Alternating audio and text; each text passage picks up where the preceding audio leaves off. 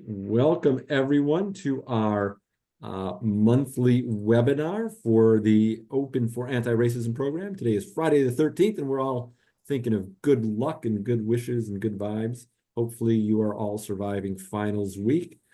Thanks so much for being here. Our topic today is practical steps for implementing anti-racist teaching with open pedagogy. So real focus on open pedagogy, about which you learned in the OFAR course.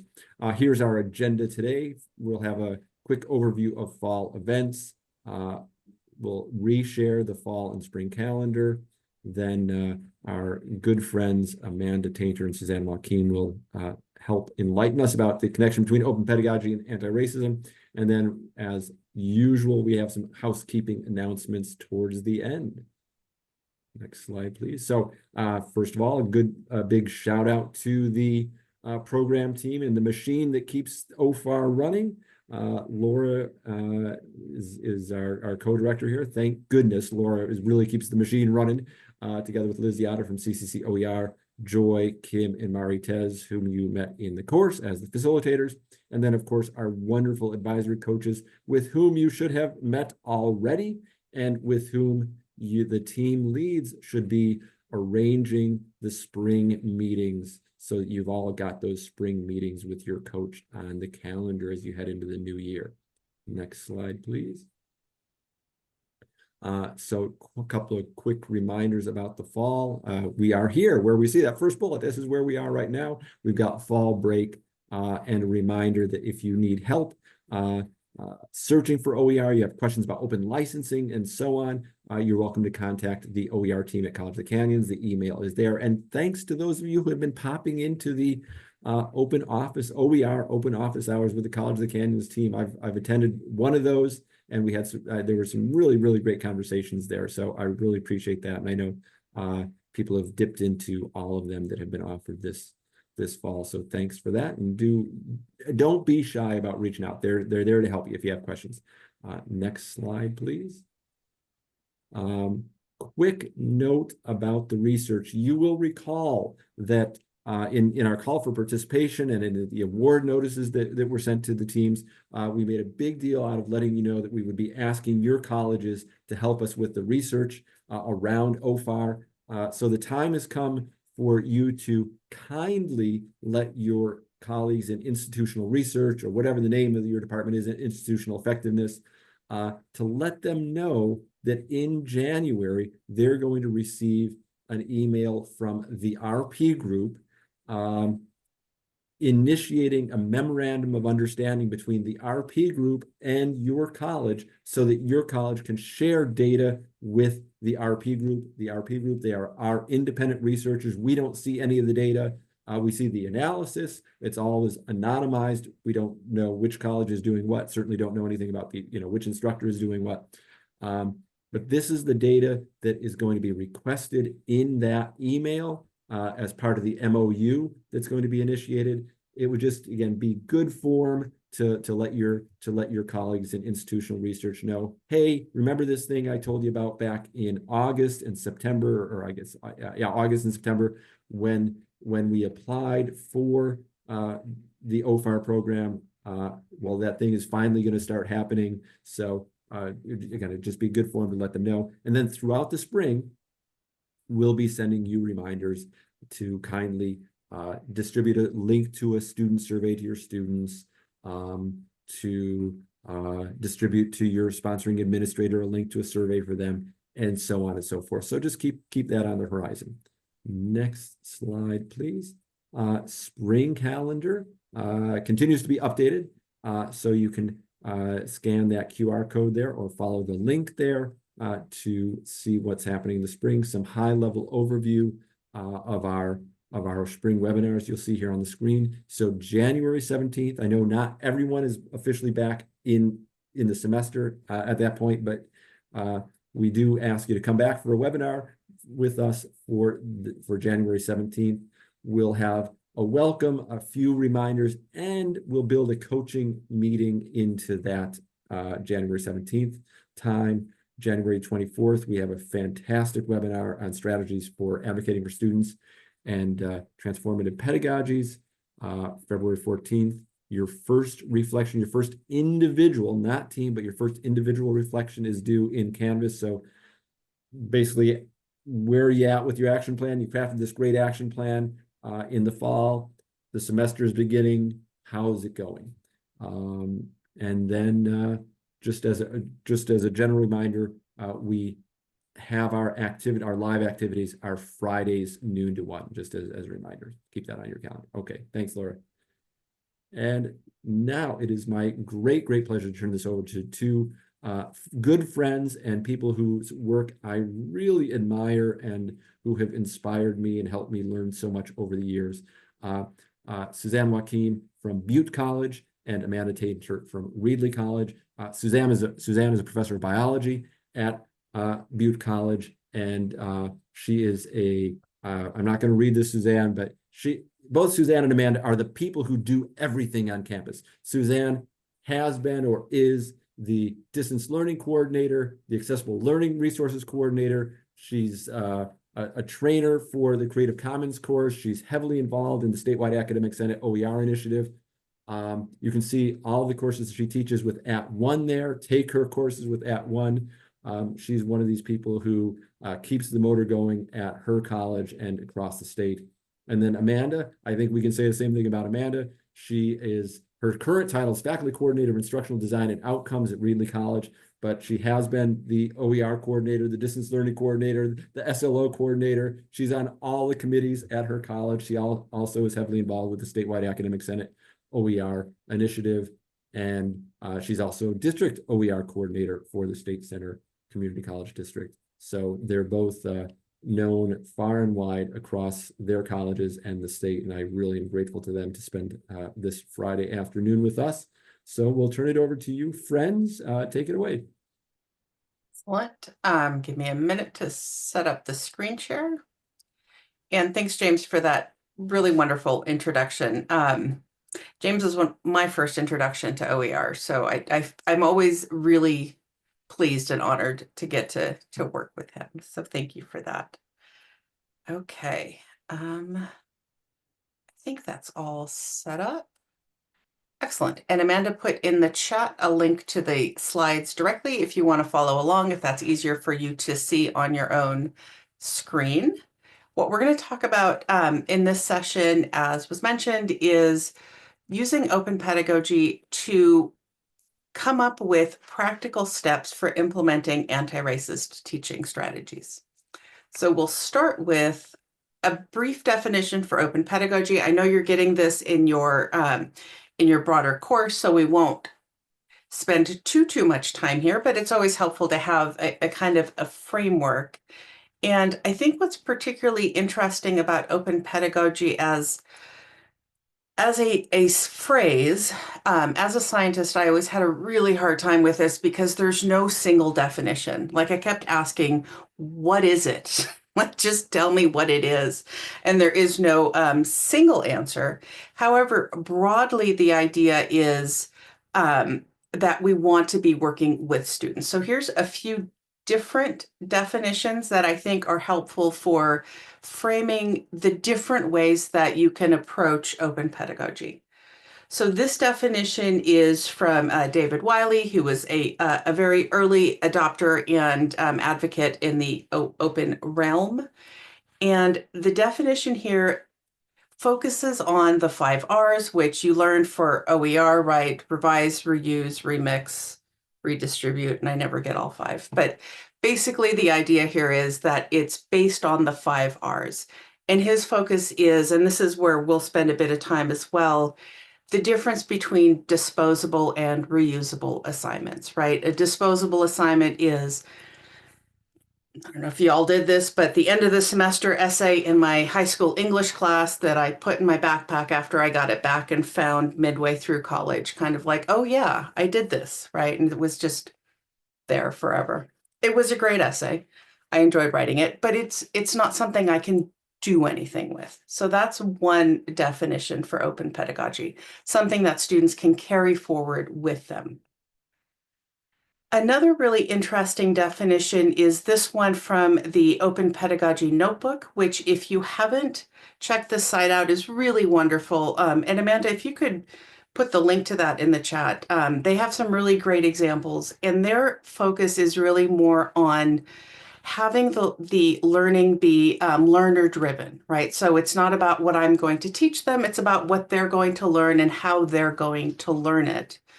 And also bringing students into the public knowledge commons, which I think is really powerful for a lot of our students at the community colleges, because they're not always, they don't always feel like they belong in college. And if you can't see me, I'm doing air quotes, right? And by sharing with them that not only do they belong, but they can add to the content, they can add to the knowledge commons. That's a really powerful way to help them develop their pride, the pride in their knowledge and the pride in their skills. So that's another.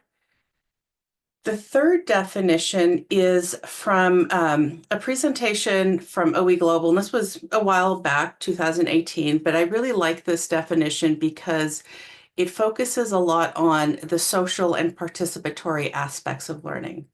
So the definition is there, the bolded, and all of these are our own additions just to kind of draw out what's most relevant.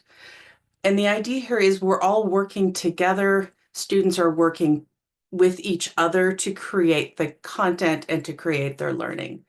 And so all three of these definitions, I think, can work together to help us understand how we can approach open pedagogy. Because what we'll talk about at the end is, and this is Amanda and I were just talking about this, each discipline has a very, very different approach. So it's hard for us to come in and say, here's how you do it, because that's going to look very different depending on what you teach, your teaching style, your students' learning approaches. So there's a lot of ways to approach this. And then the very last, this actually isn't a definition for open pedagogy, it's one for open government that I'm going to borrow, is that there's essentially three components. The top says transparency, right? So students always know what you're expecting them to do and why. On the bottom right is, well, let's do the bottom left first. Participation. Students are actively participating in the class. They're not kind of, leaning back and soaking up the great words of wisdom that we're sharing with them, like sponges. And then on the bottom right, collaboration takes participation to the next step, which is students are working with you. You and the students are working together as a team to develop this learning process. One of the really nice, I think, approaches to, and Amanda, can you put the TILT framework that's in the notes there in the chat, because I can't manage both. This is a framework where you can help develop assignments that are very transparent. Because when you start creating assignments that are different from what students expect, sometimes there's, if not resistance, at least confusion. And so the framework here, the TILT framework, is a really great way to make it clear to students what you're expecting so they're never confused, how they'll be graded so they feel comfortable stepping into new uncharted territories, and why it matters, right? All of these things. So that's the foundational framework for open pedagogy. I am going to turn it over to Amanda to talk about assessment. Thank you. And so in your head, you're probably going, oh my goodness, assessment. I thought we were going to talk about open pedagogy. And when Suzanne and I were first trying to formulate this presentation and thinking through, okay, what do we want to talk about for open pedagogy and anti-racist teaching? One of the things that is so often overlooked is assessment. And just like Suzanne was talking about earlier, it's you guys are coming from so many different disciplines, and yet every discipline will have this commonality of, how do I accurately assess my students' learning? Like we're teachers, we're instructors, we're guides, whatever category you want to put us in, but we have a responsibility to guide our students' learning. And this is where taking that walk towards anti-racist teaching and implementing open pedagogy, assessment is far too often overlooked, and yet it is at the core of what we do now, especially with knowledge being out there so widely available, co-creating our assessments and how we assess our assessments is such a great entry point into open pedagogy with our students. And it is something that is not often looked at through an anti-racist teaching lens. So that's one of the reasons that Suzanne and I are really going to focus a lot on assessment. And so I hope that some of this is new information, and we're going to engage in a dialogue at the end and talk about how some of the assessments that you do, maybe we can work on tweaking those or change those. So we're going to have time at the end to discuss it. But please, if you have any questions, put in the chat. Suzanne knows that when I present that I cannot multitask, and so she is more than capable and competent of interrupting me, and she does it both when she's presenting. So we didn't say that part. All right. So when we look at assessment, and I hate it when people talk over me when I'm trying to read, so I'm just going to read it to you and then talk a little bit about what this means. So in higher education and in assessment, practitioners need to intentionally ask what majoritarian stories are informing our worldviews and how these potentially biased stories are distorting and silencing the experiences of others.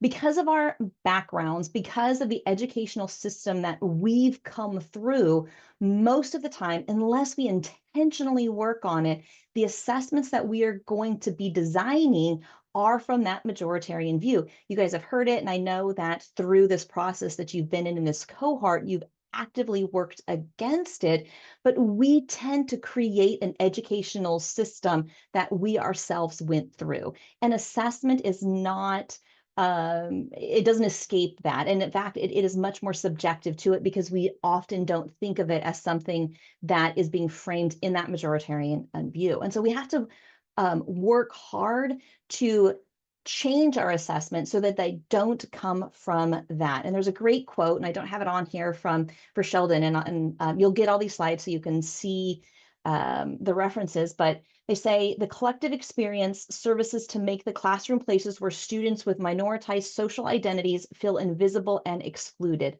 unable to be their authentic selves, leading to de-identification from their academic self. And our assessments become a big place that we don't allow students to be their authentic self and to represent the knowledge they know in a way that's true to their authentic selves. And so that's what we're going to talk about. Next slide. So here's where Suzanne has good instructions to tell me to not talk about each of these quotes. So you see the little teacup on the side. So this is just backup documentation of where a lot of these concepts that we're going to talk about are coming from. So you have these slides, we put them on here so that you have that information later, but we've promised ourselves that, so we've got time to really dive into this at the end. We're not going to read all of these amazing quotes and amazing thoughts. So that's what that teacup represents when you're looking through these slides later. All right, so why are we focusing on assessment? Oh, I think we got off Suzanne. Can you go to the next slide? My slides are a little bit different. Okay, sorry, go back. I'm Yeah, looking at my and notes. Wait, these are sorry about that. I think we're missing one. There we go. Is that the Okay. one you're looking for? Yes, so this one works. All right. So we consistently spend time in our anti-racist work looking at the curriculum and the content. But again, like I said, we overlook our assessments. And so one of the tools that I found that was really beneficial to dive and guide us into deconstructing these assessments is a theoretical matrix of culturally relevant assessment. And so what this helps us do is take a look at the assessments that we're offering our students and to look at it through the lens of utility value and clarity. This doesn't need to be one of those tools where you say, okay, this is the tool, but it is a tool that can be helpful maybe to think critically about the assessments that you've offered.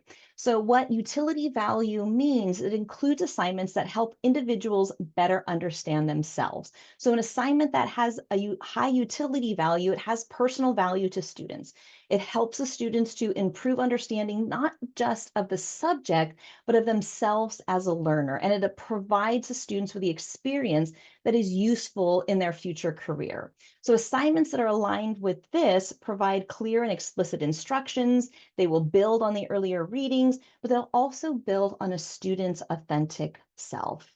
And then clarity is the students are really able to clearly represent their knowledge in that assessment.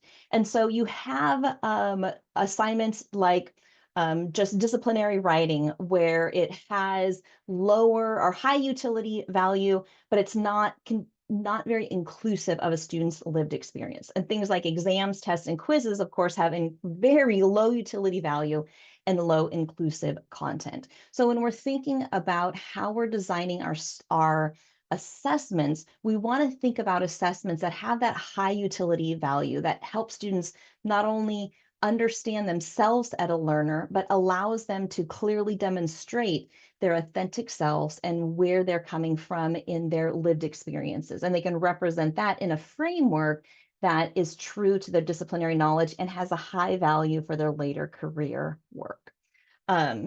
Suzanne, if you wouldn't mind putting the link to the reference in the chat, just so that they can go and see the additional points of this theoretical matrix. So there's other components to it, but for sake of this presentation, I just cut it down to the core parts of this part. All right, next slide when you get a chance. Okay, did you want to go back to deconstructing assessments or continue moving forward? Let's go ahead and we can continue moving forward. So again, culturally relevant assessments, you can take a look at the quotes that are included in the presentation. Go ahead and go to the next one. Whoops, sorry, Oh. Too many buttons. And the cats, sorry, okay. Yeah, same thing. So equity and assessment, and I am going to read these because these are two very powerful quotes. So even though it has a little teacup in there, Suzanne knows that I can't resist it. So without conducting assessment from an equity perspective, there is a risk of further contributing to the marginalization of students of color, failing on the promise of education for an ever-growing number of students. So again, we really have to take a look at our assessments. If we're going to engage in this work, assessments can't just be something that is an afterthought or on the side. This needs to be a core of what we're looking at and how we're assessing this learning. Are we primarily trying to achieve and advance equity in assessments or equity through assessments? So really making it that our assessments are truly representative of the work that we're doing to represent our students' authentic selves and the knowledge that they know. All right. Next one. I think this is back to you. So what we're going to do for this next little session is talk about how do you redesign your assessment? So we looked at what is the power of assessment? Why do we do assessments? And then at the end, we're going to talk specifically about how do you redesign your particular assessments to be more anti-racist. So for this little piece, we're going to just think about how do you even start redesigning assessments? Like, what does that look like? What does that mean? Where do I begin? Yeah, Toshia, in the chat, if your SLOs feel off, that can be a challenge. And this is an issue I'm going to try not to get too, a lot of our classes have the SLOs given to us, right? The CID, the CCN, and there's not a whole lot we can do about it other than get on statewide committees, and it's a slow go that way. But yes, so one of the strategies is you can always add to the SLOs. So I know for my class, I have to teach the SLOs, and I do, but there are the things that I feel are more important that I tend to lean on more, but it can be challenging when the SLOs we're given don't align with what we think is important for our students to learn. So yes, having said that, when you're looking to redesign your assessments, you want to start with the SLOs, either the ones that are for your class or the ones that you want to focus on. And the goal really is to separate out, how do I know if students learn something from how do I actually assess it? So let me give you a definition of what backwards design is. The idea of backwards design is when you build a class. So a lot of times when we build our classes, we start with, what am I going to teach? And then we ask, what am I going to have the students do? And then we move forward from there. Backwards design is really flipping that on its head and starting with, what do the students need to do? So that's the SLO piece. How do I know they can do it? And then at the end, how am I going to help them learn it, right? And so this is another great way to center the student experience rather than the faculty experience. It's all about the students with backwards design. So what you want to do in these cases is focus on, what do I want students to be able to show me, and then let them show it to you in whatever way makes sense to them. Because then you're removing all of those barriers for demonstrating knowledge. And that is what we're going to move on to next. So I'm going to give you some examples. Again, another teacup slide, which these are really great to read through later. Lots of wonderful quotes.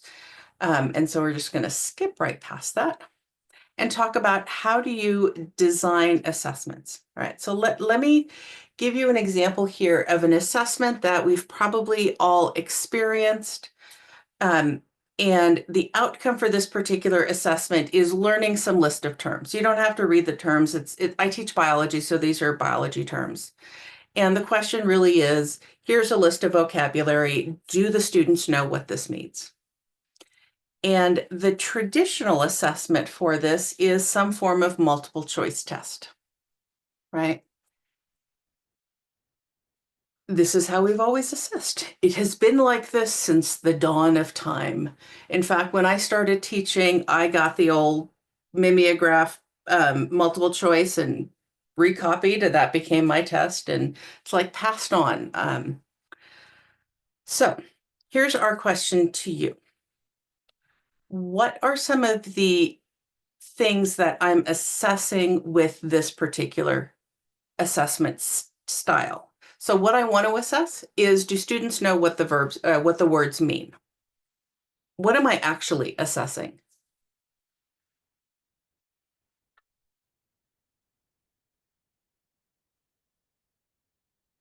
So this, you can put it in the chat, you can unmute. What does multiple choice assess beyond memorization? Test taking skills. So Erica, absolutely right. Test taking skills. Memorization, and not just memorization, but speed of memorization, right? You've of 50 minutes, you got to get through all of these, rush, right? Nothing practically. Okay, and this is about, okay, good. Kind of nothing, right? And Christina, I love this. Can they think like me? So when I first started teaching and I was giving these multiple choice tests, this question was such an eye-opener for me, because I went to a high school where we were trained how to do SAT tests. There was college prep classes, right? All of this sort of thing. And so I knew how to play this game. And for those of you that have been in the SAT preps, this game is the compare two things and tell me which thing is different, right? But I would always have a couple of students that would come after me after the test and ask me why we were dividing these words. We never learned how to divide words. And for the first couple of times, I was like, oh, honey, no, really? Like, no one told you? And then after a while, I was like, oh, no one told you, right? And that's when the light bulb went off, that I was really just assessing which high school they went to. So Brandon, to your point, I was really not assessing anything useful. Yeah, right. So in the chat, Brandon is saying chocolate chip cookie is to helicopter as monolith is to, yeah, that's what this was. So how do I assess this? I want to know, do students understand what these words mean? Do they know how they're connected? Because these are actually groups of things that they're learning about. And despite what my best hopes, the multiple choice wasn't doing that. So what I do now is, this is the tilt framework piece that we included before, is I tell them, it's very transparent. I want to know that you know what all of these terms mean and how they're grouped. Show me however you like. And I do scaffold this. That kind of sounds like I just released them into the wild. There's some scaffolding, but it's basically show me however you can. And what's really amazing is how students come up with ways to show this to me. So I just want to share a few of the answers that I've gotten. Some students, and you don't have to actually read this, just kind of looking at the overall structure. Some students create kind of an outline, right, where the biggest grouping is at the top and they subgroup underneath and everything is defined. Some students create this kind of table format. Some use online flashcards. They have like online tools that works well. Some use handwritten flashcards. Some create these beautiful mind maps. So there's all sorts of ways for students to demonstrate their ability to understand vocabulary and to group them. And this is a much better way, one, to assess what students know. So the data I'm getting back on what students know, and I used to be the SLO coordinator, so data is important. I get better data. Oh, and it's helpful for students. So it's better for students also, in addition to getting really great data. Excellent. So this is really the idea with how do we redesign our assessments so that students can demonstrate what they know effectively, accurately, and in the way that works best for them. Okay. One more of these, and then I'll turn it over. So here's another example of a learning outcome, and this learning outcome is explaining a process. What I used to do is I would tell students, write an essay explaining how your nervous system works. You don't have to read the rest of that, but there's all these pieces to the nervous system. Write me an essay on how it works. I'm going to ask you a question in a minute, but I want to answer Elizabeth's question in the chat about AI misuse. One of the really interesting things about, if we go back here, about allowing students this flexibility is it actually helps me identify when students are using AI inappropriately. Because if we're all writing an essay, I'm expecting to see an essay and that's what AI gives them. If I'm expecting to see different things, then I can usually see when students are just writing an essay. And a student that writes an essay a lot, I will often reach out to them and say, you know, you're using the same strategy. Why don't you try something different? It's good for your brain. It's one of those learning strategies where the more different ways you try something, the better you learn it. And so I can start helping them branch out in their skill set, which also makes it more difficult to have AI to have them use AI to get the answers. Okay, am I missing any other questions in the chat, Amanda? I'm not tracking. A lot happening. There was a comment earlier that Emma made, and she says, our profession is procedure and protocol. The information in accordance with the state that is covered in State Board is the format we use. Unfortunately, State Board uses multiple choice. So I don't know if you wanted to address that briefly. Yeah, and then Tashia, I see your hand as well. So with, and you might be like in the nursing profession, right? That's an example where they have the state boards and it is what it is and there's not much you can do about it. Cosmetology, yes. Cosmetology. Very similar to the state board assessment that a nurse would take. It's a standardized multiple choice test. But we do have a practical that we are creating, working towards creating into legacy assignments that have cultural inference from the students that are creating it. So, and if I could respond, Yeah. Emma, so I think that, right, for us in our department, right, in cosmetology, I think this conversation is more about, right, the assessments that we're able to create that kind of detach or separate from like state board prep and kind of their standardizing tests, right? We definitely need to keep those. But I think that for us, right, addressing our SLOs and really right, assessing how they show us what it is that we are wanting them to, right, receive. I think that's a different part that we would, right, easily be able to execute right outside of our state board mandatory testing. Yeah, I was just mentioning that we wouldn't be able to completely eliminate the multiple choice factor in our department, but we can definitely work on other factors. Absolutely not, right? We wouldn't be able to eliminate it, but we can incorporate better assessments. Absolutely. And what it and wrap also, those oh, go ahead, two, go Suzanne. ahead. No, I was going to say, and wrap those two in together, right? So one of the things that you can do is have them take the multiple choice test and then analyze their answers and why they chose the wrong answer, how they would have gotten to the right answer.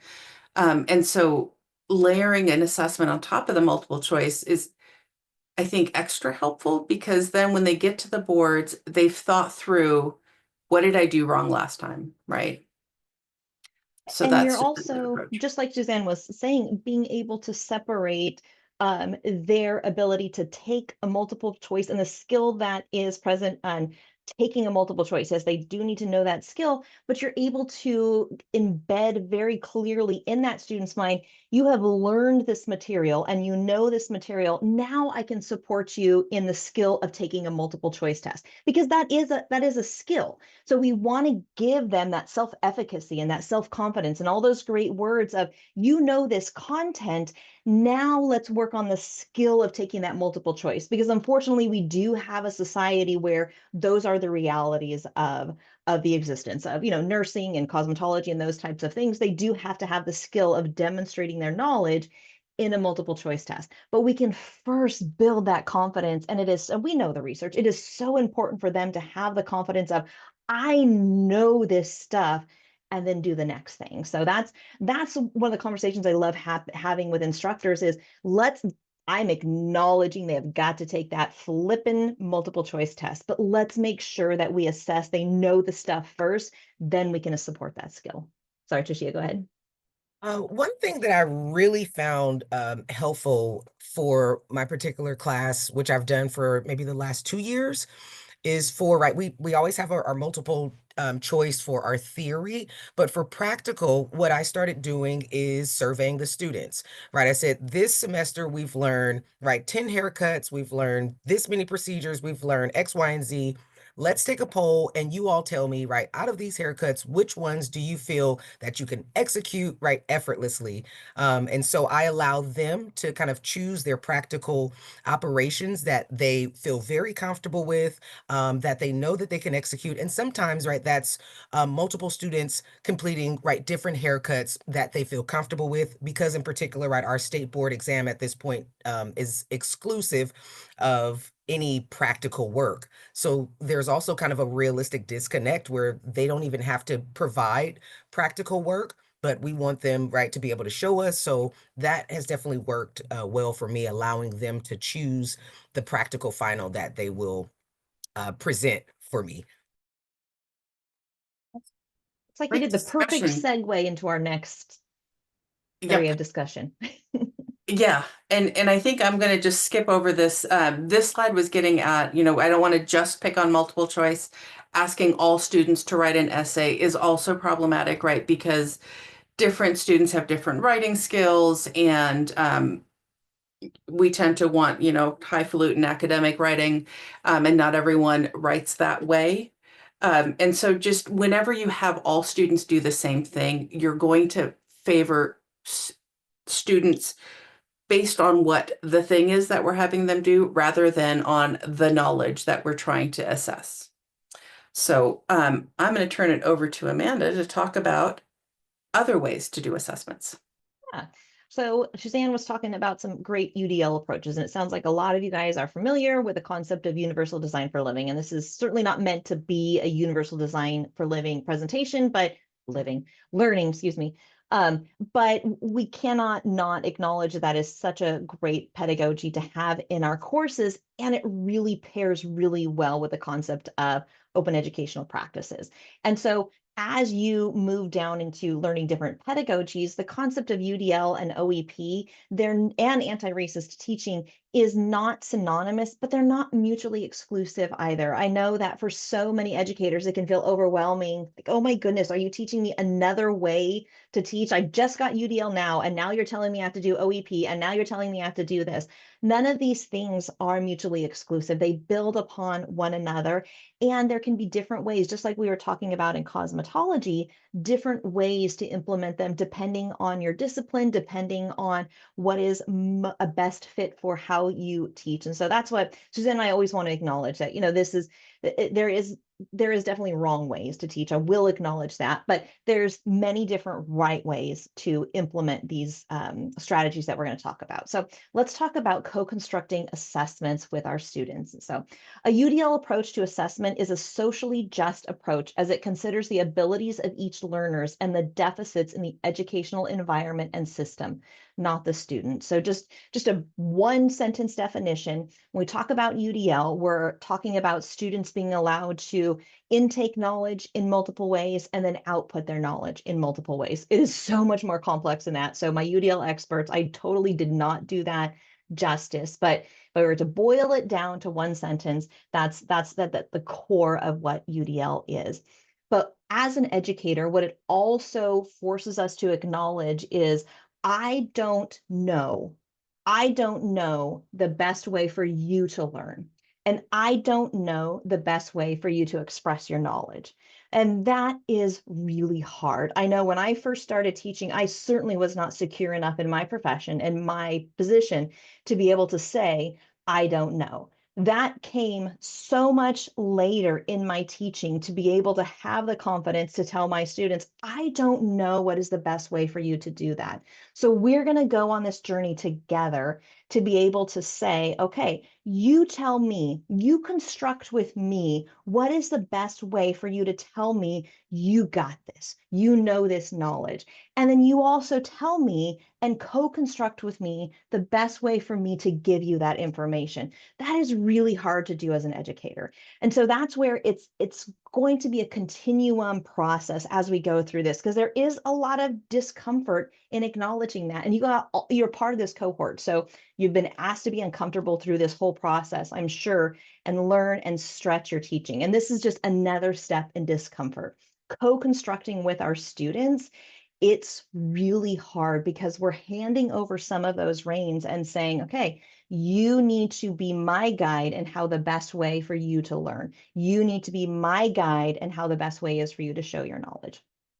And so one of the ways that we're going to do that is by acknowledging a more project-based learning. Again, sometimes this fits for some disciplines, sometimes it doesn't for others, but there are usually little ways, no matter what you're teaching, that you can think of learning in a project-based approach. And so what that project-based learning is it's allowing students to take their knowledge and apply it in a meaningful way. What is a problem that is meaningful to you that you want to attack in this discipline? So even if it's cosmetology, even, what is a problem in your community, in your lived experience, that you want to demonstrate your knowledge and address that problem? Because even in cosmetology, and I'm not meaning to pick on you, you guys were just brilliantly vocal, and so now you get to be picked on. Even in cosmetology, there are ways, there are hairstyles, there are things that have not been acknowledged in the curriculum. And so by allowing students to,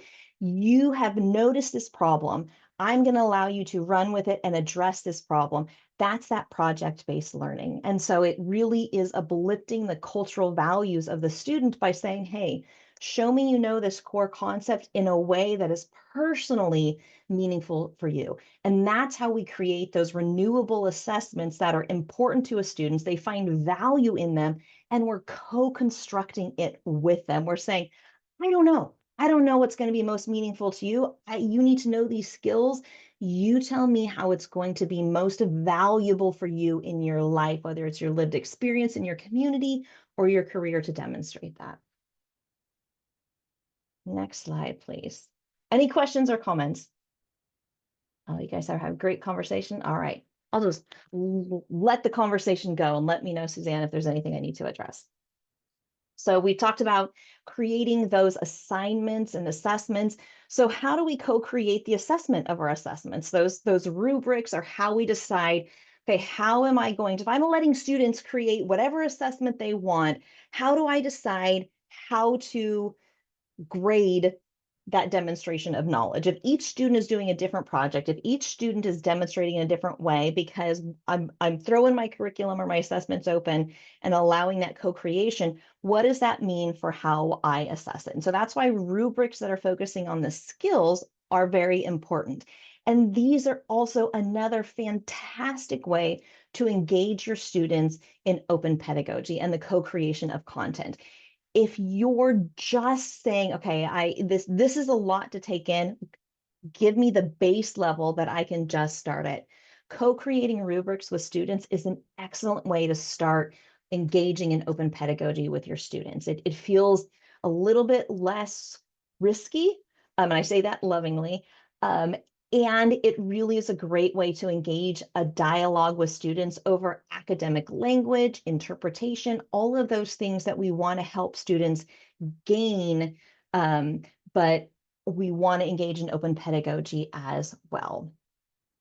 I do, Eric, I have some great ideas to be able to do that. And that is our next slide. But let me talk about this one first real quick, Suzanne. But we're going to get there, Erica, I promise, because that is like the next thing.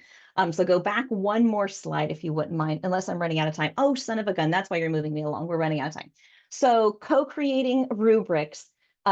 The single point rubric is a great place to start. It's less overwhelming. I'm a huge advocate for rubrics in general, but a single point rubric, if you're just getting started, is a fantastic way to begin the process because you're only looking at one criteria. So what is the one criteria, whatever terminology you want to use to demonstrate proficiency, to demonstrate mastery, to demonstrate whatever it is?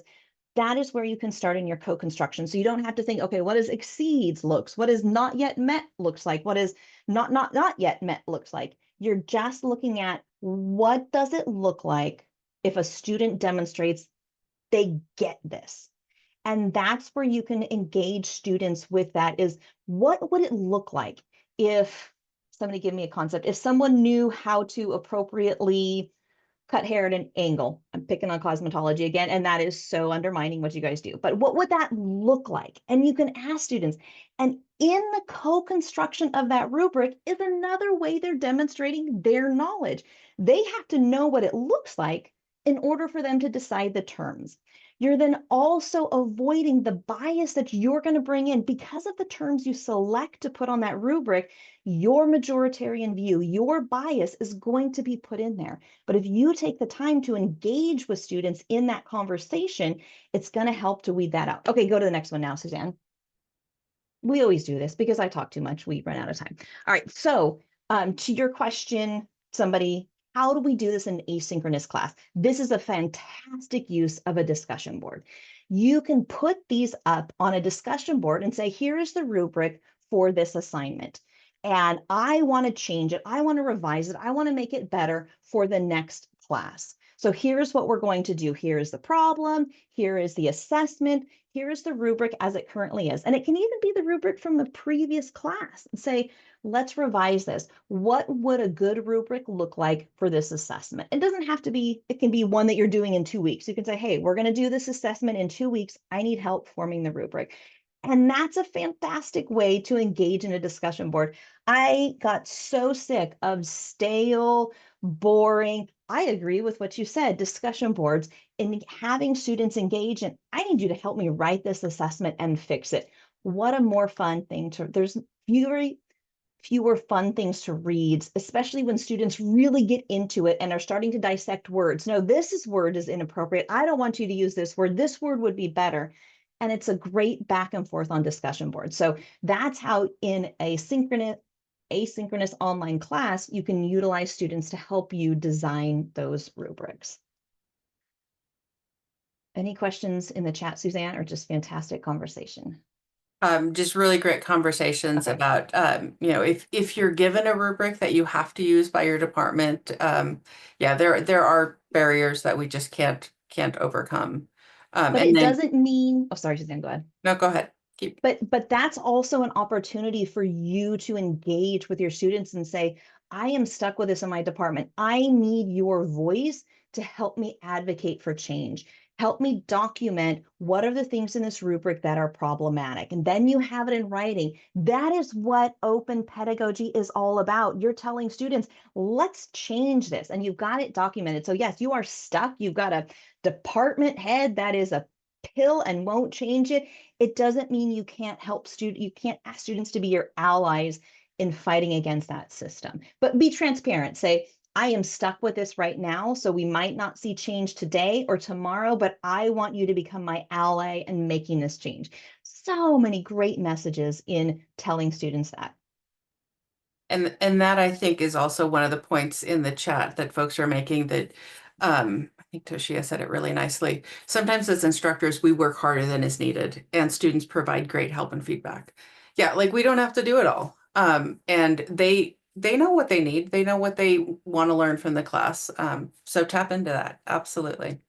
You know, when I And- first started reading about open pedagogy, it was at these four-year universities, and my brain said, yeah, but I teach at a community college in the rural Central Valley. I don't know if my students are ready for this. And I was so humbled when I said, you know what, I'm going to try this. My students were amazing. And I had this opportunity to really grow from that and say, you know what? Whoa, I need to check myself. The fact that I thought they weren't ready for this, those speak to my own bias that I needed to address and get fixed. So it was my students continually every semester blow me away at what they offer. And I'm always learning from them. So that's all my disclaimers. Oh my goodness, Suzanne, how do I do this every time?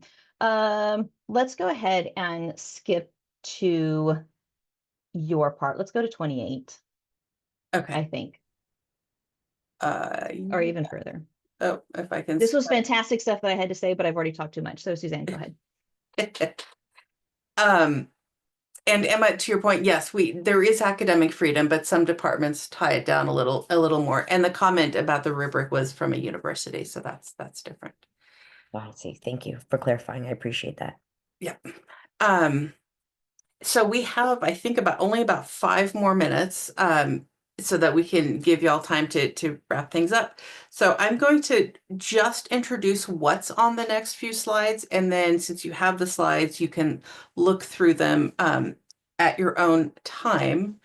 The idea here, though, is that where am I at? There we go. That one of the really great places to pull information from and to really think about how do I make my course anti-racist? Because I get this question a lot for math and science and us in the STEM world. It's like, well, we just do facts. What do I do about that? And in reality, there are no just facts. All learning occurs in a cultural context. Right. And that's the kind of framework that you want to think about is what is that cultural context? And what's the context in the history of the field? I know in biology, we had some troubling studies that were done a while back that gave us great information. The studies were highly problematic. And that may be worth delving into with students, right? But this also ties to there is still current history that is problematic. And so the last comment here is a lot of times what we get is instructors that acknowledge that our history was problematic, but we want to just ignore it. Like, yes, we did this thing, but we learned from it and we're not doing it now. And that really isn't entirely true.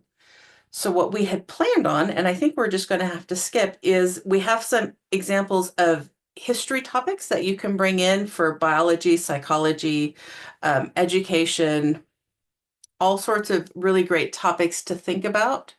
I know, like for my, so we'll just leave these here to think about there. But there are also current events that you can talk about, right? So here's some examples of current topics that are still highly problematic, even though we don't tend to talk about them very much. In my discipline, medicine, there's still a lot of problematic approaches happening in medicine. And this is something that students can study, they can research, and they can you know, create a website where you talk about these things related to your discipline. And students can create the website as their assignment, which is a really wonderful way for them to delve into topics and to add to that knowledge commons that we were talking about. And these are some places that you can click to see different tools that you can use. And yeah, so I think I'm going to stop here because I know y'all need to wrap it up. And I apologize, we went on a little longer than I had planned. Suzanne, would you actually mind sharing just slide 34? Or maybe I'll just read it. I'm sorry. It's a powerful statement that I'd love to end on. Is that okay? Yeah, let me get back to slide 34. Okay. Keep going. I know you guys will go and read it, but I just find it a powerful way to end, because this might be hard work. And so Baker and Henning say anti-racist pedagogy, as acknowledged by Kishimoto, focuses on the process of learning, not necessarily making students reach a uniform prescribed outcome. Anti-racist teaching challenges the Eurocentric curriculum and the apolitical and ahistorical approaches to education, discipline, and course materials.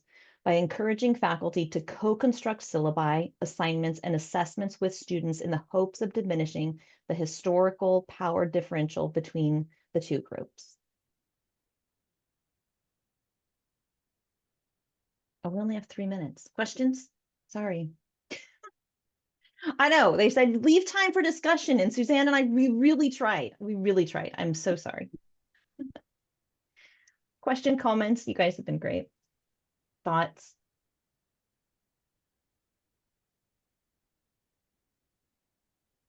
Thank you so much, Suzanne and Amanda. I think there was a lot of discussion going on this whole time in the chat. It was great to see. Love to see everybody's thoughts about all of this. I know that I'm walking away with a lot of really great information for the one adjunct course I teach next spring, and I'm pretty sure, and from what I can tell, some of y'all have some great ideas on how to interact with your administrators, things to do in your class, how to make your assessments more anti-racist, and just doing great things all around. So thank you so much, Amanda and Suzanne.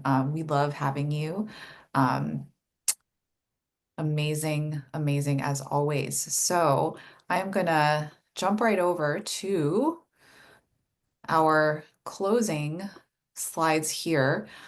So if you're still in the room, you did not miss this webinar. However, if you do miss a webinar, please revisit the missed webinar policy. You can scan this QR code. The webinars and workshops are required. It's fine. We all have life happen. Sometimes we have to miss stuff. If that's the case, please let your coach and or team leader know in advance. I get emails from you all as well, and that's great. And if you can do this within a week, just put up that reflection in the webinar makeup discussion area in the OFAR course in order to get credit. Oh, what happened there? That's not what I wanted. Okay. All right. Contracts and invoicing has been on everyone's mind lately because you all have been receiving interactions from Liz, the CCC OER manager, about W-9s, social security numbers, secure information, so on and so forth. And from what it looks like, most of you are completing all the requirements and getting all your information into the finance team. I have a question here. Yes. So how do I know like you received it correctly? Because I filled the form and submitted, but I didn't get a notification that you received it, or You're good. If I did not send an email to you this week asking you for more information, then you fulfilled all your invoicing requirements. thank you. Yeah. However, I cannot tell if you were able to register for a bill.com account. That is something that only you know, because our finance team and myself, we aren't bill.com. It's a third-party software system. So if you do encounter problems, please let us know right away. We aren't bill.com, but we can try to shepherd the process a little bit. Your invoices are due around, well, they're not really due on September 15th. You can start invoicing on December 15th. OFAR does go on break December 20th through January 3rd. So if you do not get your invoices in by December 20th, there might be a lag. So that's just for you to know. If you scan this QR code, you will be taken to a detailed instructions on how to invoice OFAR. I wish it were simpler, but it's a several step process, but you've already taken care of those first few steps by getting your W-9 taken care of. So just to recap real quickly, I'm sorry. So you have to sign up for bill.com to get the funds transferred in? Yeah, for direct deposit. That's how we do direct deposit. If for whatever reason you are unable to do direct deposit, please be in touch with Liz and Rachel. I believe their emails are on that info sheet, and they can guide you through the process of getting a check mailed to you. But bill.com is if you're able to take direct deposit, I would definitely go that route. It's pretty quick. Okay, thank you. If you have not yet, you are welcome to join our mailing list for Open for Anti-Racism. We don't email that often, so, once a month, maybe less than that. And please do stay in the loop with CCC OER. They also offer webinars, there are conferences. You can see more information under the Get Involved menu on the cccoer.org website. You can also join the community email list and read several amazing EDI blog posts and our student OER impact stories. Communications and support. I think that everybody's getting my emails. Finally, we do most of our communications through Canvas, however, so make sure that you check your junk mail from time to time. And if those emails are getting shuffled to junk, please place them in your inbox and make us likable by your email system. Course-related communications should happen through the course facilitators, Joy, Maritez, and Kim, your coach or team lead, ideally through your Canvas, mailing inbox, or help discussion.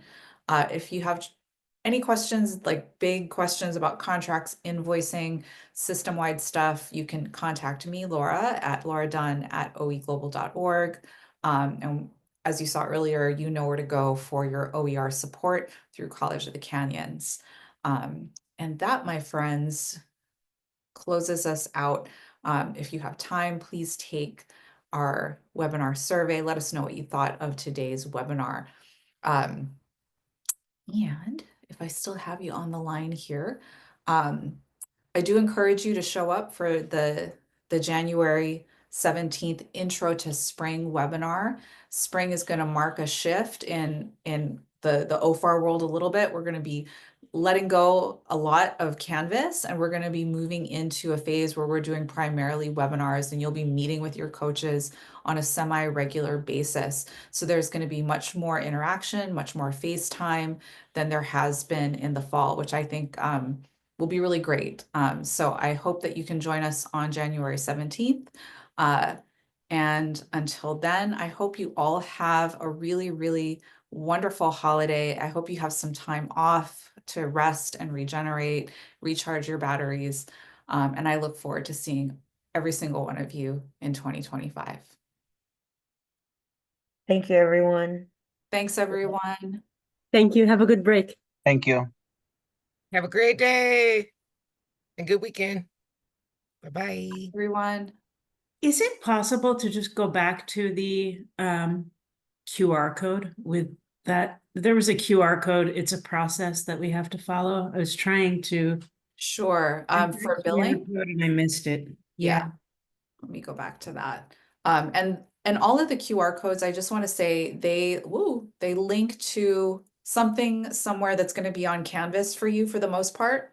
Oh, okay. It's on Canvas. So if you're looking for information on contracts and invoicing, like how to take care of the billing, you can scan this link here. This is also linked in Canvas. And then I had one other question, the reflection. We post a reflection on today's webinar. or Not we if you talk were to our here. group about it? Only if you miss a webinar. Oh, okay, got it. Yes. Got Yeah. it. So that's just for missed webinars. Okay, all If right. you're here, you're off the hook. Okay, and the 17th, is that noon again? Yes, it's we call it OFAR Magic Hour. Fridays, noon Pacific time. Not every Friday, but for the most part Friday. And your team leads and your coaches will, if they haven't already, they're going to be in touch with you to start scheduling what those spring meetings are going to look like. And they are probably going to happen. And like, that's usually the time that's worked for everyone, because that's the time we ask you to hold, if at all possible. I know it's not always easy. So anyway, Fridays, OFAR Magic Hour, 12 p.m. Got it. Okay, thank you Yeah. so much. Yeah, You're this was very really helpful. Thanks, everyone. Bye. Thanks, everybody. everyone. Take good care. You too.